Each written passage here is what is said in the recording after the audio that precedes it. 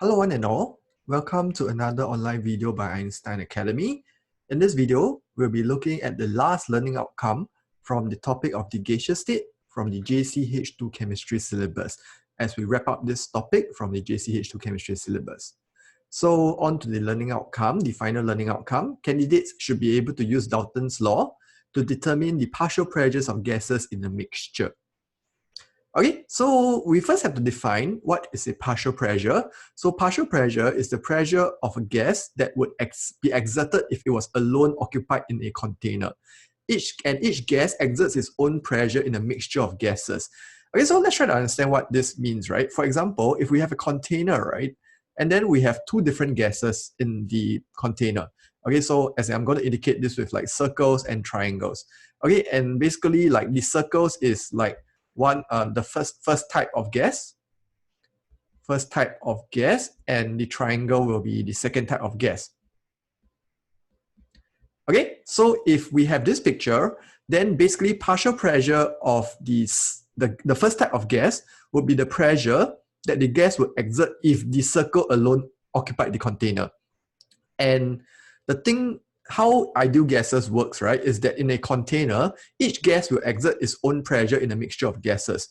Okay, so basically the circles are actually bouncing around randomly in the container, and when they bounce along the walls of the container, right, it will actually exert a certain amount of pressure onto the container, and that is the pressure exerted by the first type of gas. And when the triangle particles bounce around randomly and off the walls of the container, the triangle molecules will also exert its own pressure in a mixture of gases. Okay, so it is, okay, so for example, right, so this one is like the pressure, in fact, the partial pressure by the first type of gas. Okay, so this is the gas that the circle particles exert, that's the partial pressure. And this one, likewise, it will be partial pressure by the second type of gas. Okay, this is the pressure that the triangle molecules exert.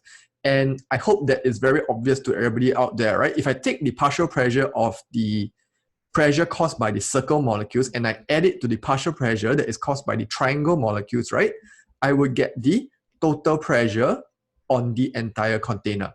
Okay, so basically like the rule is that every gas is acting on their own, exerting their own partial pressures. And if you were to add up all the partial pressures of all the gas particles in the container, you will arrive at the total pressure that is exerted on the container. How can we calculate partial pressure? So partial pressure is equals to the mole fraction multiplied by the total pressure, whereby the mole fraction is equals to the number of moles of the gas divided by the total number of moles of all the gases. Let's try to understand why this is so, right? For example, if we go back to PV equals to nRT, right? And we say that in the container, right? So of course in the container, this is a constant, right? Because the volume of the container doesn't change. Okay, so this is the volume of container, and this is a constant because we are assuming that the volume of the container doesn't change. Okay, and we also assume that this is constant, the temperature is constant. They're just, the gas particles are just randomly moving around exerting a pressure. Under these circumstances, right, then we can say that the pressure is directly proportional to the number of moles of the gas particles, right? Because V is constant, T is constant, R is constant. So the pressure is proportional to the number of moles of the gas particles. And the greater the number of moles of the gas particles, the higher the partial pressure exerted by that particular type of gas. Okay, so for example, if we have gas A, right, whereby we have X number of moles, and then gas B has Y number of moles, right? Okay, so the thing is that the total number of moles is equals to X plus Y, right? Okay, and the thing is that, remember, gas A exerts its own partial pressure, gas B exerts its own partial pressure. Let's say we denote the total pressure, this, right, to be the total pressure. Okay, then based on the fact that the pressure is proportional to the number of moles of each gas particles, we can say that the partial pressure, this is the partial pressure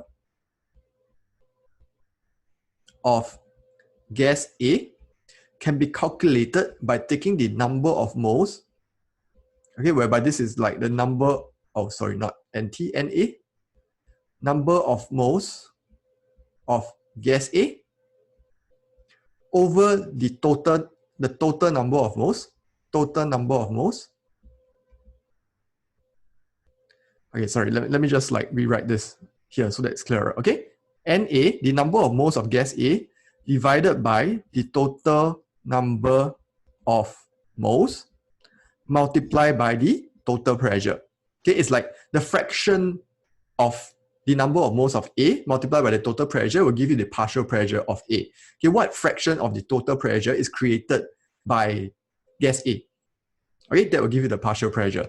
And of course, similarly, right, if you want to calculate the partial pressure of gas B, it will be NB over NT. Okay, whereby this is the notation for total number of moles multiplied by the total pressure.